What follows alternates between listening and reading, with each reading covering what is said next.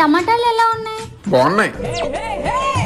Rate అంతా చెప్పు భయ్యా. బయట వాళ్ళకి అయితే 40, మీరు మా వాళ్ళు కాబట్టి 30 రూపాయలే. అయితే మేము మీ ఫ్యామిలీ కదా, అవును.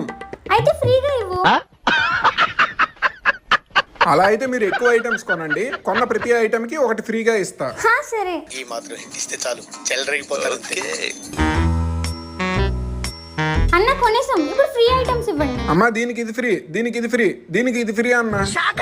ఎందుకండి మీ దగ్గర అంత డబ్బులు ఉంచుకొని బేరాలు ఆడుతారు?